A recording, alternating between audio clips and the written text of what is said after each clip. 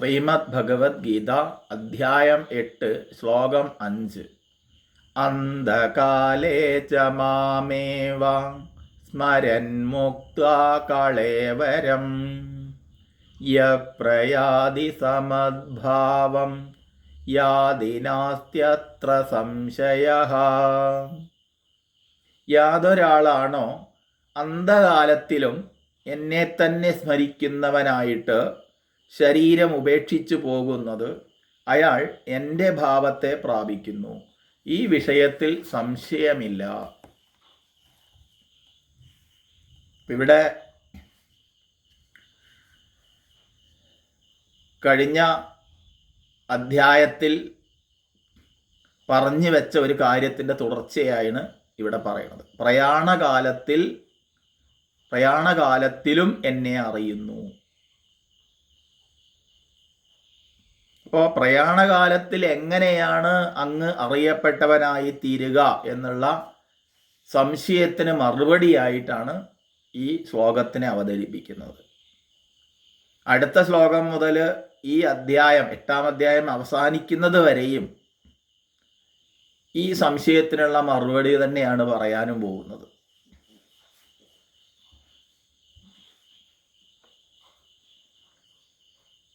ഇവിടെ നമ്മളൊന്ന് മനസ്സിലാക്കേണ്ടത്, ഭഗവത്ഗീതയിൽ ഇതുവരെ പഠിച്ച അധ്യായങ്ങളിലും ഇനി ഇതിന് ശേഷം പഠിക്കാൻ പോകുന്ന സർവ്വ അധ്യായങ്ങളിലും മുക്തി, മോക്ഷം എന്നൊക്കെ നമ്മൾ പറയുന്നത് അത് സദ്യോമുക്തിയാണ്. സദ്യോമുക്തി എന്ന് പറയുമ്പോൾ ജീവൻ മുക്തിയാണ്. ജീവിച്ചിരിക്കുന്ന സമയത്തുള്ള മുക്തി, മരിച്ചു പോയിട്ട് കിട്ടുന്ന മുക്തിയല്ല. ജീവിച്ചിരിക്കുമ്പോൾ മുക്തൻ, മരിച്ചാലും മുക്തൻ തന്നെ.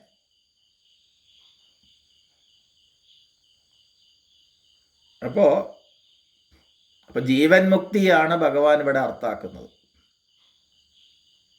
ഈ അധ്യായത്തിൽ പക്ഷേ ചോദ്യം മാറി. അർജുനന്റെ ചോദ്യം പ്രയാണകാലത്തെ സംബന്ധിച്ചിട്ടുള്ളതാണ്. അപ്പോൾ പ്രയാണകാലത്തെ ചോദിച്ചതുകൊണ്ട് ഈ സന്ദർഭത്തെ ഉപയോഗിച്ചുകൊണ്ട് ഭഗവാൻ ക്രമമുക്തിയെക്കുറിച്ച് വിസ്തരിക്കുന്നുണ്ട്.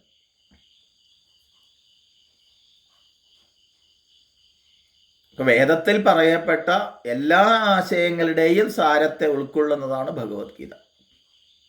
അതുകൊണ്ടാണല്ലോ ആചാര്യസ്വാമികൾ സമസ്ത വേദാർത്ഥ സാര സംഗ്രഹഭൂതം എന്ന് ഭഗവത്ഗീതയെ വിശേഷിപ്പിച്ചത്. അപ്പൊ അന്ധകാലേ എന്ന് പറഞ്ഞാൽ എന്താണ്? മരണകാലേ, അതായത് ദേഹം ഉപേക്ഷിക്കുന്ന സമയത്ത് എന്നർത്ഥം. മാം എന്നെ ഏവ സ്മരൻ, എന്നെ തന്നെ ആര് സ്മരിക്കുന്നുവോ, ഓർമ്മിക്കുന്നുവോ. ആരെ? ദേവകീപുത്രനായ യശോദാനന്ദനായ കൃഷ്ണനെ എന്നാണോ? അല്ല, പറയാണ് പരമേശ്വരം, പരമേശ്വരനെ. പരമേശ്വരൻ എന്ന് പറയുമ്പോൾ പരമശ്ച അസൗ ഈശ്വരശ്ച പരമേശ്വര, പരനാണ്.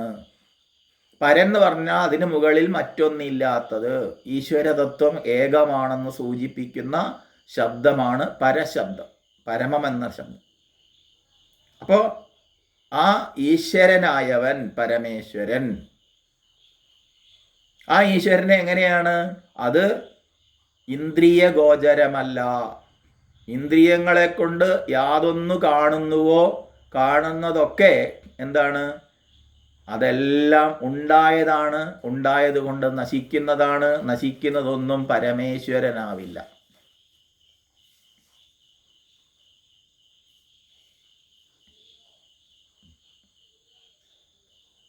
അപ്പൊ സർവ ഉണ്ടാവലുകൾക്കും കാരണമായിരിക്കുന്ന, ഉണ്മയായിരിക്കുന്ന അതെന്തോ അതാണ് പരമം. അപ്പൊ സർവത്തിനെയും നിയന്ത്രിക്കുന്നവൻ ഈശ്വരൻ എന്നർത്ഥം.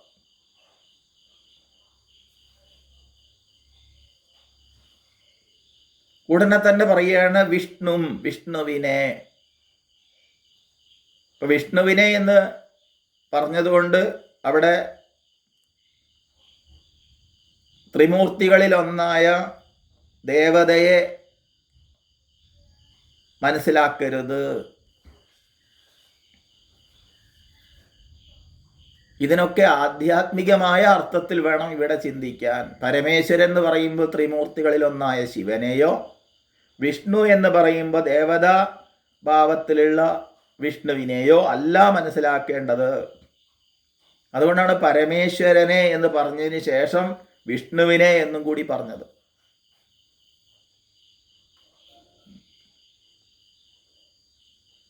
അപ്പോൾ ദേവതകളെ സ്മരിക്കുകയാണെങ്കിൽ, ഓർമ്മിക്കുകയാണെങ്കിൽ മരണശേഷം എന്തിനായി തീരും? ദേവതാഭാവപ്രാപ്തി തന്നെയാണ് ഉണ്ടാകുന്നത്. അത് മോക്ഷമല്ല, അത് ആപേക്ഷികമായ മോക്ഷമാണെന്ന് പറയാം.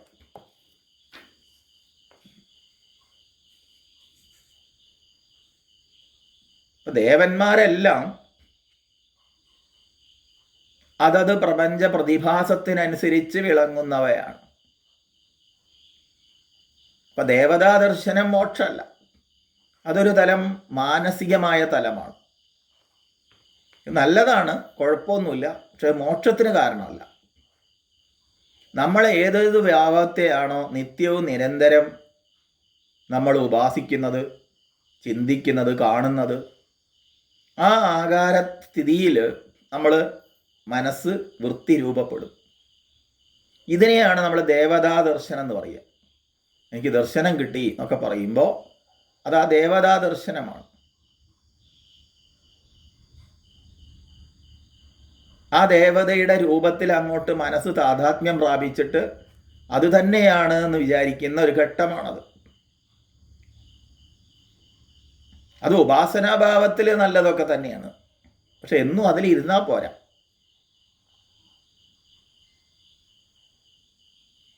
അത് നിത്യതൃപ്തിക്ക് കാരണമാകുന്നില്ല. താൽക്കാലികം ആ ദേവതാ ദർശനത്തിൽ തൃപ്തി, അത് കഴിഞ്ഞ് പിന്നെയും തൃപ്തിക്ക് വേണ്ടി അവിടെ പോകണം. ഇങ്ങനെ പോയിക്കൊണ്ടേയിരിക്കണം. പോകുമ്പോൾ ഒരു തൃപ്തി, പോവാതെ വരുമ്പോൾ അതൃപ്തി, ഇങ്ങനെ മാറിക്കൊണ്ടിരിക്കും. മറിച്ച് ആത്യന്തികമായ തൃപ്തിക്ക് കാരണമാകുന്നത്, നിത്യമായ തൃപ്തിക്ക് കാരണമാകുന്നത് ആ ഈശ്വര ദർശനമാണ്, പരമേശ്വര ദർശനമാണ്.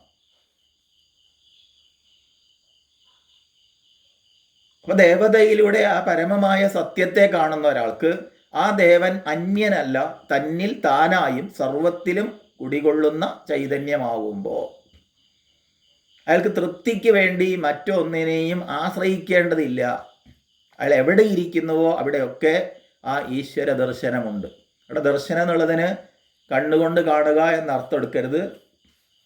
ആ ഭാവം തന്നിൽ താനായി വർത്തിക്കുന്നത് അതാണെന്നുള്ള അറിവാണ് അവിടെ ദർശനം. അയാൾക്ക് അയാളെ എപ്പോഴും സന്തോഷിപ്പിക്കുന്ന, ആനന്ദിപ്പിക്കുന്ന ആ പരമമായ സത്യം അയാളുടെ കൂടെ തന്നെ ഉണ്ട്. അയാൾക്ക് എവിടെയും പോകേണ്ടതില്ല.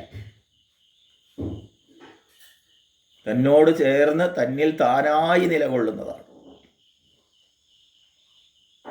ഈശ്വരൻ നമ്മോടൊത്തുള്ളപ്പോൾ ആശ്രയമറ്റവരാണോ നാം?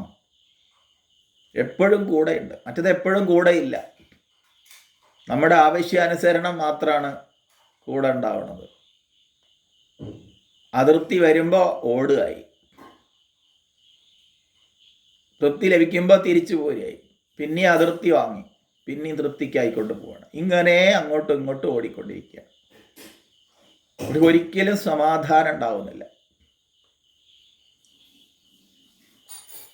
ആരാണോ ആ പരമമായ സത്യത്തെ ജീവിതകാലം മുഴുവനും എന്ത് ചെയ്യുമ്പോഴും, എന്ത് പറയുമ്പോഴും, എന്ത് കേൾക്കുമ്പോഴും അതിലൊക്കെ ആ ഈശ്വരൻ കേൾക്കാത്തതോ കാണാത്തതോ ആയിട്ട് യാതൊന്നുമില്ലെന്നുള്ള അറിവ്, ആ പരമേശ്വര തത്വാനുസന്ധാനത്തിലൂടെ, ഉപാസനയിലൂടെ മുഴുകിയ ഒരാൾക്ക്, അങ്ങനെയുള്ള ഒരാൾക്ക് അയാൾ ജീവിതത്തിലുടനീളം എന്താണോ ചിന്തിക്കുന്നത് അത് തന്നെയായിരിക്കും അതേ വൃത്തി തന്നെയാണ് മരണസമയത്തുണ്ടാവുന്നത്.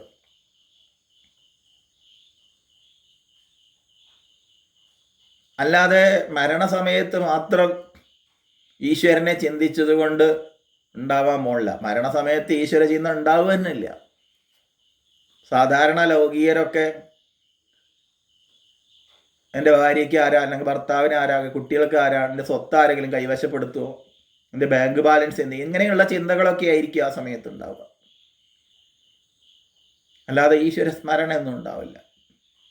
ദേവതാ ചിന്തകളൊക്കെ കാര്യസാധ്യത്തിനായതുകൊണ്ട് ആ കാര്യം സാധിക്കാൻ വേണ്ടിയിട്ടാണ് ദേവതകളെ ഉപാസിച്ചത് എന്നുള്ളത് കൊണ്ട് അവിടെ ദേവതയേക്കാൾ പ്രാധാന്യം അതുകൊണ്ട് നേടിയ കാര്യസാധ്യത്തിനായിരിക്കും. അത് നഷ്ടപ്പെടുമോ എന്നുള്ളതായിരിക്കും. പക്ഷെ ഉപാസന ചെയ്യുന്നവരെ സംബന്ധിച്ച്, പരമമായ സത്യത്തെ ഉപാസന ചെയ്യുന്നവരെ സംബന്ധിച്ച് അത് തന്നെയാണ് അയാളുടെ എപ്പോഴുള്ള ചിന്ത. ചിന്തിക്കുക എന്നുള്ളതല്ല, ഓർമ്മിക്കുക എന്നുള്ളതല്ല, അയാളുടെ ഭാവം അതാണ്. അല്ലാത്തവർക്ക് മരണസമയത്ത് ആ ചിന്ത ഉണ്ടാവാൻ പ്രയാസമാണ്. അപ്പോൾ എന്നും പ്രബലമായ ചിന്ത നിത്യവും ഉപാസന ചെയ്യുന്നവർക്ക് ബാക്കി എന്തൊക്കെ കാര്യങ്ങൾ ഉണ്ടാവട്ടെ ഉണ്ടാവാതിരിക്കട്ടെ, ഭക്ഷണം കഴിക്കുകയെ ഉറങ്ങുകയെ ഒക്കെ ആവട്ടെ, പക്ഷെ ഏറ്റവും പ്രബലമായത് ഇങ്ങനെയുള്ളവർക്ക് എന്തായിരിക്കും? ഉപാസനയായിരിക്കും. ആ ഗുരുവിൽ നിന്ന് മന്ത്രം കേട്ട് ആ പരമമായ സത്യത്തെ നിത്യം അനുസന്ധാനം ചെയ്ത് അതൊരിക്കലും മുടക്കുന്നില്ല. ഒരു 24 മണിക്കൂറിൽ ഒരു അരമണിക്കൂർ മന്ത്രോപാസന ചെയ്യുന്നു, ബാക്കി 23.5 മണിക്കൂറും വ്യത്യസ്തങ്ങളായതിൽ പോയാൽ സാമാന്യ രീതിയിൽ നമുക്ക് ചിന്തിച്ചാൽ 23.5 മണിക്കൂറിനാണ് ഫലം കിട്ടുക. പക്ഷെ എന്നാലും ഈ അരമണിക്കൂറിന് 23.5 മണിക്കൂറിനെയും സ്വാധീനിക്കാനുള്ള കഴിവുണ്ട്. 23.5 മണിക്കൂറിനെ മാത്രമല്ല, നമ്മുടെ ജീവിതത്തെ മുഴുവൻ മാറ്റിമറിക്കാനുള്ള കഴിവുണ്ടെന്ന് ആചാര്യന്മാർ കണ്ടെത്തിയിട്ടുണ്ട്. കാരണം അവർ ചെയ്യുന്നത് മാത്രമല്ല, പൂർവ്വ ആചാര്യന്മാർ ഉപാസിച്ച് കണ്ടെത്തി സാക്ഷാത്കരിച്ചതിനെ നമുക്ക് കൈമാറി തന്നതും കൂടിയാണ് ആ മന്ത്രോപാസന. അതിൻ്റെ ശക്തിയും കൂടി അതിനുണ്ട്. അപ്പം നമ്മുടെ ഒപ്പം എപ്പോഴും അതുണ്ട്. അപ്പം ആ ഭാവത്തെ തന്നെ നമ്മൾ പ്രാപിക്കുന്നുണ്ട്. അങ്ങനെ ഉപാസനയിൽ നിത്യവും മുടക്കം കൂടാതെ ആരെയാണോ ജീവിക്കുന്നതോ അവർക്ക് മരണസമയത്ത് അജ്ഞാനകാര്യമായ വിഷയങ്ങളിലേക്ക് അല്ല ചിന്ത പോകുന്നത്. ആത്മാവ് ഒരിക്കലും ഒരാളുടെ സ്മരണയ്ക്ക് വിഷയമായി തീരുന്നു എന്ന് ഇതിൽ നിന്ന് ധരിക്കരുത്. കാരണം ആത്മാവ് രൂപമില്ലാത്തതാണ്, ഗുണങ്ങളില്ലാത്തവനാണ്. അതുകൊണ്ട് ഇവിടെ സ്മരൻ ഓർമ്മിക്കുക എന്നുള്ളതിന് ആത്മത്വേന ഭാവയൻ എന്ന് പറഞ്ഞിരിക്കുകയാണ്. ആ ആത്മഭാവം തന്നെയാണ് താൻ, അത് വേറെയല്ല, താൻ ആത്മാവ് തന്നെയാണ് എന്നുള്ളതാണ് ആ ഉപാസന കൊണ്ട് അയാൾ നേടുന്നത്. ആ ഭാവമാണ് ഉണ്ടാവുന്നത്. ആ പരമേശ്വരൻ്റെ ഭാവം തന്നെയാണ് തൻ്റെ ഭാവം, തൻ്റെ സ്വരൂപം. ഇപ്പം നിത്യമായ ഉപാസനയിലൂടെ സൂക്ഷ്മമായ ഇപ്രകാരമുള്ളൊരു വിഷയീകരണം തന്നെ നമ്മുടെ ബുദ്ധിയിൽ സംഭവിക്കുന്നുണ്ടെന്ന് ആചാര്യന്മാർ നമ്മളോട് സംശയത്തിന് ഇട നൽകാത്ത വിധത്തിൽ പറഞ്ഞിട്ടുണ്ട്. അതുകൊണ്ട് ആർക്കാണോ ജീവിതത്തിൽ ആത്യന്തിക ദുഃഖ നിവൃത്തിയാകുന്ന മോക്ഷത്തെ, ഈ സംസാര ദുരിതത്തിലേക്ക് തിരിച്ചു വരേണ്ടാത്ത സ്ഥിതിയെ പ്രാപിക്കണം എന്നുള്ള ലക്ഷ്യബോധമുള്ളത്, ആ ലക്ഷ്യബോധം ഉണ്ടാവണമെങ്കിൽ ഈ സംസാര ദുരിതങ്ങളെ വിചാരം ചെയ്യാൻ കഴിവുള്ള ആളാവണം, അനുഭവങ്ങളെ വിലയിരുത്താൻ കഴിവുള്ള ആളാവണം. അയാൾക്കാണ് ഈശ്വരാത്മസാക്ഷാത്കാര രൂപമായ മോക്ഷം. അപ്പോൾ അറിവില്ലായ്മ മൂലമാണ് ആ ഈശ്വരതത്വം തന്നിൽ നിന്ന് അന്യമാണ്, അവിടെ ദൂരെയാണ്, അപ്പുറത്താണ്, ഇപ്പുറത്താണ് എന്നൊക്കെ തോന്നിയത്. അപ്പം അജ്ഞാനം നീങ്ങുന്നു ഏതില്? ഈ ഉപാസനയിലൂടെ. ഏതജ്ഞാനം? ഈശ്വരൻ തന്നിൽ നിന്ന് അന്യനാണ് എന്നുള്ള അജ്ഞാനം നീങ്ങുന്നു. അതാണ് ആത്മപ്രാപ്തി. ഇതാണ് മോക്ഷം എന്നൊക്കെ വ്യവഹരിക്കുന്നത്. അങ്ങനെയുള്ള ഒരാൾക്ക് സാധാരണ സംസാരിയെ പോലെ വീണ്ടും വീണ്ടും ജനിക്കുക, മരിക്കുക, അതിൻ്റെ ഇടയിലുള്ള ദുരിതങ്ങൾ എല്ലാം വിലയിരുത്തിയാൽ ദുരിതപൂർണമാണ് ജീവിതം. അങ്ങനെയുള്ള ദുരിതപൂർണമായ ജീവിതത്തിലേക്ക് തിരിച്ചു വരേണ്ടി വരില്ല.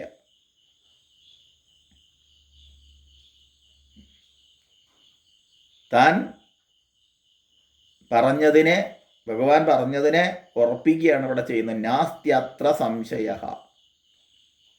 ഈ വിഷയത്തിൽ സംശയിക്കേണ്ടതില്ല. നിശ്ചയമായും മദ്ഭാവത്തെ, അവർ ഈശ്വരഭാവത്തെ തന്നെ പ്രാപിക്കും.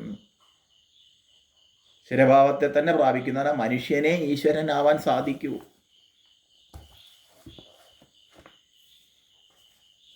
അതിനാണ് നമുക്ക് വിശേഷബുദ്ധി തന്നത്. ആ വിശേഷബുദ്ധിയുടെ പരമാവധി ആ ഈശ്വര തത്വത്തെ പ്രാപിക്കുക എന്നുള്ളതാണ്.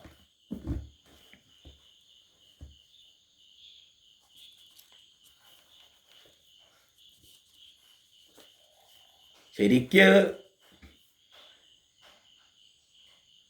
ജീവന് ഭോഗങ്ങൾ അനുഭവിക്കാനുള്ളതാണ് ഈ ശരീരം. അതിലിരുന്നു കൊണ്ടാണ് നമ്മൾ കർമ്മഫലങ്ങൾ അനുഭവിക്കുന്നത്.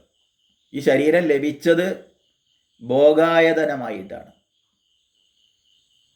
മുൻ ജന്മങ്ങളിൽ സമ്പാദിച്ച ഭോഗചിന്തയിൽ നിന്നാണ് ശരീരം എടുത്തത്. അതിലിരുന്നു കൊണ്ട് ആ കർമ്മഫലങ്ങൾ അനുഭവിക്കുമ്പോൾ, ഭോഗങ്ങൾ അനുഭവിക്കുമ്പോൾ എത്ര കാലം ശരീരം അനുഭവങ്ങൾക്ക് സാധ്യമാണോ അത്ര കാലം അതിലങ്ങനെ അഭിമാനിച്ചു കഴിയും, ശരീരാഭിമാനിയായിട്ട് കഴിയും. എപ്പോഴാണോ ഉപാസന കൊണ്ടൊക്കെ, ശാസ്ത്രത്തിൽ കൊണ്ട് ഇതുകൊണ്ട് പ്രയോജനമില്ലെന്നുള്ള തിരിച്ചറിവുണ്ടാവുന്നത്, അപ്പോൾ ആ ശരീരം ഉപേക്ഷിക്കുകയും ചെയ്യും. അപ്പം ശരീരം വെടിയുമ്പോൾ ഉണ്ടാവുന്ന ആ ജീവന്റെ ചിന്ത യാതൊന്നാണോ, അത് എത്രത്തോളം പ്രബലമാണോ, എത്രത്തോളം തീവ്രതയുള്ളതാണോ, അതിനനുസരിച്ചിരിക്കും അയാളുടെ ബാക്കി ജീവിതം. ഒരു കടയിൽ കണക്കെഴുതുന്ന ഒരാൾ രാവിലെ മുതൽ വൈകുന്നേരം വരെ കണക്ക് കൂട്ടി, വൈകുന്നേരം അത് ക്ലോസിംഗ് ബാലൻസായി, പിറ്റേന്ന് രാവിലെ പുതിയത് തുടങ്ങുകയല്ല, ഇന്നലത്തെ ക്ലോസിംഗ് ബാലൻസ് ഇന്നത്തെ പേജിൽ, കണക്ക് ബുക്കിൽ മുൻപിൽ അവിടെ ഓപ്പണിംഗ് ബാലൻസ് ആയിട്ട് രേഖപ്പെടുത്തുന്നുണ്ട്. ഇങ്ങനെ ജന്മജന്മാന്തരങ്ങളായിട്ട് സഞ്ചയിച്ച ആഗ്രഹങ്ങളുടെ ഫലമായിട്ടാണ് ഈ ശരീരം അതിനനുയോജ്യമായിട്ടാണ് ലഭിച്ചത്. അങ്ങനെ പുസ്തകം കഴിഞ്ഞു, ശരീരം ഉപേക്ഷിക്കേണ്ട സമയമായി, അടുത്ത പുസ്തകം എടുക്കുകയായി, അടുത്ത ദേഹം എടുക്കുകയായി. ഇപ്പോൾ ക്ലോസിംഗ് ബാലൻസ്, ക്രെഡിറ്റ് ഡെബിറ്റ് കഴിഞ്ഞ് പിന്നെ അവസാനം ഓപ്പണിംഗ് ബാലൻസ് ആയിട്ട് ആ പുസ്തകത്തിൻ്റെ ഫസ്റ്റ് ഉണ്ടാവും.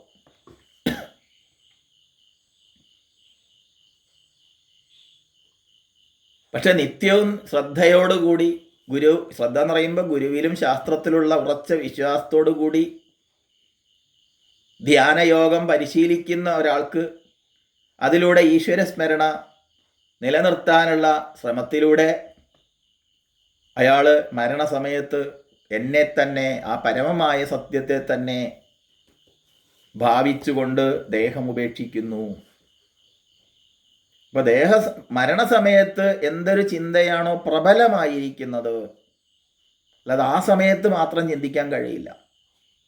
അതാണ് അടുത്ത മരണാനന്തര സ്ഥിതിയെ നിർണയിക്കുന്നത്, നിശ്ചയിക്കുന്നത്.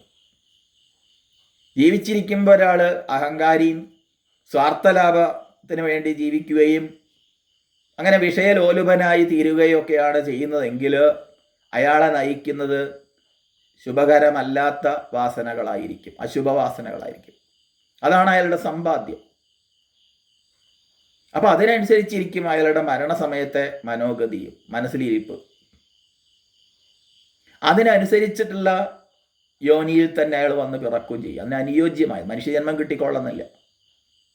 മനുഷ്യനാണെങ്കിൽ തന്നെ മനുഷ്യൻ പോലെ ആയിരിക്കില്ല അയാൾ കഴിയുക. എന്നാൽ ഈ ജന്മത്തിൽ തന്നെ വിഷയത്തിൻ്റെ നിസ്സാരത മനസ്സിലാക്കിയ അനുഭവങ്ങളെ വിലയിരുത്തുമ്പോഴേ മനസ്സിലാവുള്ളൂ. വിലയിരുത്താത്തവൻ എന്ത് വിഷയങ്ങൾ വന്നാലും അത് എന്ത് വേദന വന്നാലും അതും അയാൾക്ക് വിലയിരുത്താൻ കഴിയില്ല. വീണ്ടും വീണ്ടും അത് തന്നെ അനുഭവിച്ചിട്ട് ഒരു തരം ഇന്ദ്രിയങ്ങൾക്ക് അടിമപ്പെട്ട് അടിമത്തം ദൈവദത്തമാണെന്ന് വിചാരിച്ച് അങ്ങനെ കഴിയും. ഇത് ഞാൻ അനുഭവിക്കാൻ വിധിക്കപ്പെട്ടതാണെന്ന് വിചാരിച്ച് അതിനുപരി എത്താൻ പരിശ്രമിക്കാതെ ധ്യാനയോഗം ചെയ്യാതെ അയാൾ അങ്ങനെ കഴിയും. അങ്ങനെ കഴിയുമ്പോൾ അയാൾക്ക് ഏത് തരത്തിലുള്ള ജന്മമാണെന്ന് പറയാൻ പറ്റില്ല. ഒരു കാര്യം പറയാം, അതിന് അനുയോജ്യമായതായിരിക്കും കിട്ടുക. എന്നാൽ മരണസമയത്ത് വരെ അയാൾ യാതൊന്നിനെയാണോ ഏറ്റവും കൂടുതൽ ഓർക്കുന്നത്, പ്രസക്തി കൊടുത്തത്, പ്രബലമായിരിക്കുന്നത്, അത് ആധ്യാത്മിക സംസ്കാരമാണെങ്കിൽ അയാളിൽ അതാണ് വികസിച്ച് നിൽക്കുക. അതിൻ്റെ ഫലമായിട്ട് ഈ ദേഹം വിടുമ്പോൾ, അതായത് ഈ ദേഹം എന്ന് പറയുമ്പോൾ ഈ വർത്തമാന കാലത്തിലുള്ള ഈ ദേഹം വെടിയുമ്പോൾ അയാൾ കൂടുതൽ കൂടുതൽ ഉത്കൃഷ്ടങ്ങളായിരിക്കുന്ന ജന്മത്തെ എടുക്കും. മനുഷ്യന്മാരിൽ തന്നെ ശ്രേഷ്ഠമായ ജന്മത്തെ എടുക്കും. ശ്രീമതാംഗേഹേ അങ്ങനെയുള്ളവരുടെ കൂടെ വന്ന് വസിക്കും.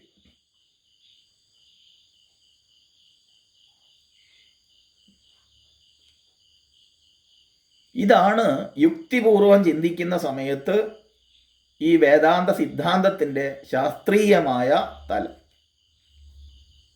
അതുകൊണ്ട് പറയുകയാണ്, മനസ്സിനെ ആരാണോ പരമാത്മാവിൽ ഉറപ്പിച്ചുകൊണ്ട് ദേഹം വെടിയുന്നത് അയാൾ പരമാത്മാവിൽ ലയിക്കുന്നു. അത് ജീവിതയാത്രയുടെ അന്ത്യമാണ്. അല്ലാത്തവർ വീണ്ടും വീണ്ടും ഈ ദുരിതക്കയത്തിൽ വന്ന് വീഴുന്നു. പിന്നെയും പിന്നെയും അതുതന്നെ ഏറ്റെടുക്കേണ്ടി വരുന്നു. അതിൽ നിന്നൊക്കെയുള്ള മോചനം ആ പരമാത്മ സാക്ഷാത്കാരമാണ്. അവിടെ എത്തിയാൽ പിന്നെ ഭയപ്പെടാനില്ല. ഈ പറഞ്ഞതിന് വല്ല അടിസ്ഥാനമുണ്ടോ എന്നുള്ള ചോദ്യത്തിന് ഉത്തരമായിട്ടാണ് അടുത്ത ശ്ലോകം അവതരിപ്പിക്കാൻ പോകുന്നത്.